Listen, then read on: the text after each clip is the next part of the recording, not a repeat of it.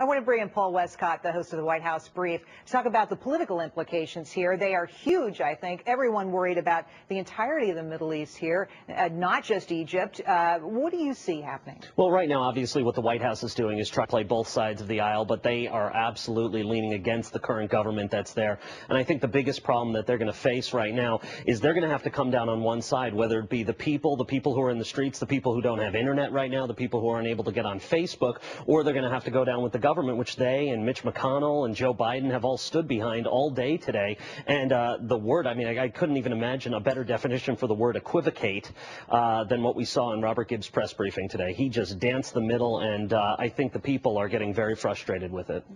He had to, though. They had to wait for Mubarak's statement. They couldn't go ahead and jump and say, hey, this is what you should do. They had to have that come out. The real question is, and you know, I'm getting this piecemeal like everyone else, is Mubarak is saying we want to change the government. But what does that mean? Is he going to step away? Is he going to? We're already hearing that he's on totalitarian government. He wants everyone else to. He's going to, right. So what does that mean, though? This was the protest. Weren't they protesting Mubarak, not necessarily the whole infrastructure of the government? No, I mean, right now you have they love the army. The army's rolling into town, and the people are cheering them. The police are on the other side of this, and it's going to be eventually shots are going to be fired between the police and the military. And you know what I'd like to see from the White House personally is saying, you know what, we're talking to the military. Robert Gibbs couldn't even answer who was talking to who because we don't know who the recognized government is right now. So, Eric, to you, with that kind of conflagration going on the streets, and obviously something that can't be resolved immediately, doesn't sound like it could be fixed quickly. What does that mean for markets, global markets? Forget it. Given this step, and if we do, like I said earlier on the show, if we do wake up Monday morning, no matter what happens, if we wake up Monday morning, we're still seeing the protesting, the rioting, like you're showing right now. I will guarantee you oil will be $88, $89. I'd say $95 making its way towards $100 because very, very important part of the world. Saudi Arabia just across the Suez Canal, Iran on the other side of the Persian Gulf. That's some almost, you know, a quarter of those two alone, maybe a third of the world's oil supplied right from there. Well, let's bring it home, though. I mean, what does it mean on our shores? We could see, as you just said, inflation across the board in products that people buy at the grocery store, at the mall, wherever they go. It would have, I think, ultimately sort of a destabilizing influence right here in our country. 10 cents a gallon right now. 10 cents a gallon just based on what we've seen so far in one day. If it were to continue another week, you could see 30, 40, yeah, please, you could see a $4 gallon of gasoline before you know it. And then this is where the White House has to step up with a very clear message, who they're going to be standing behind. Obviously, we had to wait for Mubarak, but at the same time, you have to say, okay, well, we have to come out with a clear, concise message, and that clear, concise message has to be we stand behind the people of this country, and whatever new regime comes out by the choice of the people, the democratic representation of the people, as opposed to this dictatorship that basically exists there now. Well, if I may, they've been backing that dictatorship for a long time. Yeah, but it's been boiling. I mean, this doesn't just happen overnight. All right, guys. I want to bring in Dr. Stephen Zunez. He's a professor of politics and chair of Middle Eastern Studies at the University of San Francisco. Dr. Zunez, thanks for joining us. Appreciate it. My pleasure. And tell us what you're making of today's events. Well, in many ways, what we're seeing in Egypt is what we've seen over the past few decades, from the Philippines to Serbia, from Chile to the Ukraine, from the Maldives to Mali. These unarmed civil insurrections of people demanding freedom and democracy. It's been a little late coming to the Arab world, but it is part of a global trend, and the United States, I think, has to figure, are we going to be continuing backing dictatorship, or are we going to be on the side of the people? Global trend, but it has big possibilities for destabilizing an entire region. What are the risks here? Well, I think in the short term, there's obviously going to be the risk of destabilization. In the long run, I think it's going to make things more secure, because when you have a democratic government, when people feel like they can work for change in nonviolent ways, they're much more likely to support extremists and fundamentalists. Is that what you're expecting out of the events that could happen this weekend? What do you see happening from here? Mubarak says he's going to form a new government. He will remain in charge. Will that satisfy the mobs in the street? I doubt it, but it doesn't mean he's necessarily going to be overthrown imminently. He could stay on. He could successfully crush the rebellion for now, but I think we'll see more of it in the future. I mean, Egypt's not going to be they're not going to be the same after this. I think it's really sent a message that if democracy is going to come to the Arab world, it can't come through foreign intervention or sanctimonious statements from Washington or other Western capitals, but from the people themselves who are willing to go out on the streets and demand their freedom. All right.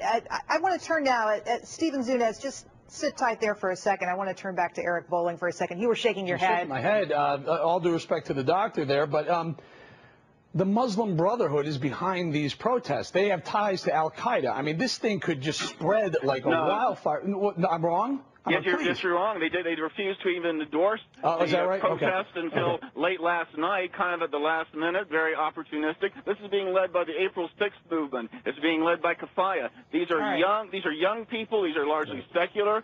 They recognize that the Muslim Brotherhood is out of touch, and their aging leadership is as out of touch with the realities of young people in Egypt today as the regime is.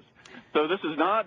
This is very much of a secular. I mean, I assume most people on the streets are observant Muslims, but these are not Islamists in the sense of wanting to impose any kind of theocracy. This is about bread and freedom. Bread and freedom. Paul Westcott, as you look at this, big discussion about whether there would be democracy in other countries in the Middle East.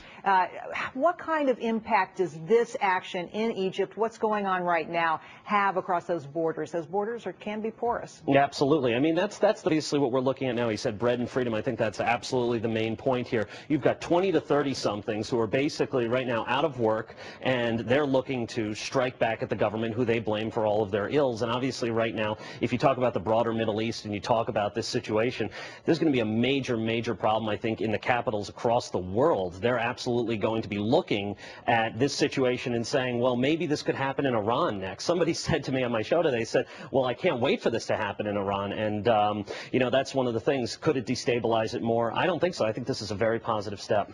Very positive step. I want to bring Rich Edson back in. Rich, are you still there with us? I am. All right. So, we're talking about the possibility of democracy in other countries in the Middle East. Is that being talked about in Washington? And what's being done? There's lots of criticism, as Dr. Zunez was just talking about, of U.S. actions in this region over time. We've been, I don't have to explain it to you. What is the discussion now on that topic? Well, and I think this is a lot of the frustration of the fact, especially for those who support overthrowing the dictatorship or the government, the current government, overthrowing them, not the dictatorship, or how some have classified it. But, the problem, I think, and this is what the White House is really walking a fine line in, and this is not just a situation with Egypt, but it plays out all throughout the world, that if you decide to back a popular movement and overthrow a government in a country, what if the overthrow doesn't work? And what if you are then left with trying to support an overthrow of the government and then having to work with that government on issues of international security, on issues of terrorism, on issues dealing with economics? We have given billions of dollars to this government and to this country over the last few decades. And to perhaps jump the gun here before there has been a wholesale change in governments. Typically, nations don't like to jump into internal politics, at least publicly, unless there is something to compel them to do so. And it could be extremely dangerous for the United States to wholesale back an overthrow of a government that not only it has supported, but that you don't know if it's on its way out tomorrow or could be here in another few years. Well, to that point, Rich, I think Hillary Clinton today, Secretary of State, was kind of walking that line. She was saying, look, the Egyptian security forces are not doing the right thing. They're too violent. We want you to change. But she didn't go much further than that, I don't think. Paul?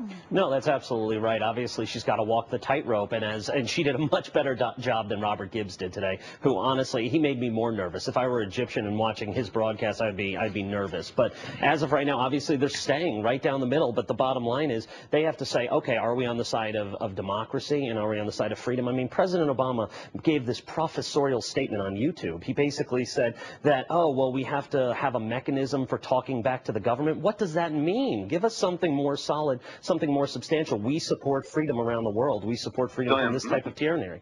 All right. Dr. Stephen Zunez, are you still with us? Yes, I am. Oh, good. Well, I wanted you to talk about this very issue, about how the U.S. plays this entire issue without seeming to want to topple an existing government. What is the right course of action here? How do they play those cards? Well, we really can't determine the future of the government. That's going to be decided, looks more and more likely on the street. and giving more overt support to pro-democracy movements can sometimes backfire, especially in a part of the world where the United States isn't necessarily popular. But I think we should send a stronger signal, including suspending security assistance to the regime. After all, it's these tear gas canisters, water cannons, the things being shot at pro-democracy people. This is made in USA. This is not, we're not giving a very impression of our commitment to freedom when we continue to support dictatorships that are actively suppressing their own people. So how important has the internet, the web, Twitter been to these kinds of movements? It's certainly been helpful in many respects, especially in countries where the regular media is censored. At the same time, we have pro-democracy uprisings in countries prior to the advent of these kinds of media. And I think while it certainly helps in terms of tactical coordination, it's no substitute for a good strategic vision and strategic coordination. And that's why I'm a little concerned about the movement, and that unlike, say, in Serbia or some other places where we've had these impressive pro-democracy struggles where there is some level of coordination and leadership and sequencing of tactics and that kind of thing, this seems to be, more spontaneous rage. Mm-hmm. Now, it may be enough, especially given how broadly it's supported and that kind of thing, to oust the regime. But I think the chances of a stable democratic governments would be enhanced if there was a stronger organization in the opposition. I have to ask you about Mubarak. In office for, I believe, 30 years, not popular. Is there any reason to think that the people in the street will allow him to stay? What's your assessment of his staying power? He's getting old. He seemed to be grooming his son to succeed him. That was not a very popular idea. I think that he's going to have to let people know that there's going to be a democratic transition sooner or later, particularly sooner. And Paul Westcott, as you look at these pictures, just so amazing, really, to see people in the streets protesting hour after hour after hour, 8 deaths in 4 days across the country. What do you think the reaction here is in the States to this kind of thing? Well, I got calls into my show today, people saying, well, Paul, why isn't this happening here? And I just said, well, we're not at that point yet. They're looking at both political and economic problems.